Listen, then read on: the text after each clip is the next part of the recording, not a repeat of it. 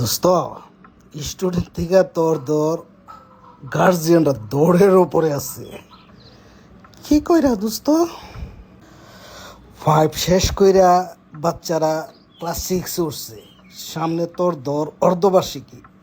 এখন এরার 4 মাস পর এখন বৃত্তি দিতে হইব। অবস্থাটা বুঝ জালো দোস্ত। দোস্ত, আমার বাচ্চার 5-এর বই নোট ব্যাপার কিছু বাসার বুয়ারে দিয়ে দিছে। এখন ঈদের 2 দিন আগে সেই নীল খেতে গিয়া বই জোগাড় করছি, মানুষের হাতে পায়ে দইরা তোর নোটগুলো কালেক্ট করছি। আর এই নোট তোর সারা দিন লাগাইয়া ফটোকপি করছি কইরা।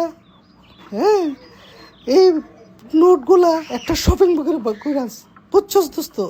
এরপরে কাহিনী কি হয়েছে জানোস? ঈদের 2 দিন আগে শপিং ব্যাগ করা এই বড় বড় 2টা ব্যাগ নিয়ে আইলাম, সব 5-এর নোট বই এই সেই। তো আমার বউ বাচ্চারা তোরাই আসছে, না জানি এদের কি শপিং করছি।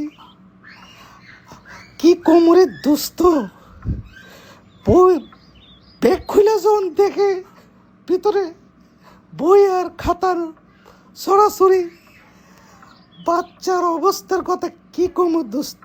দেখে আমি হাসমু না কানমু।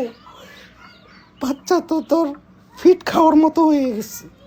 এই হচ্ছে দেশের, আর এই হচ্ছে আমাগোর অবস্থা।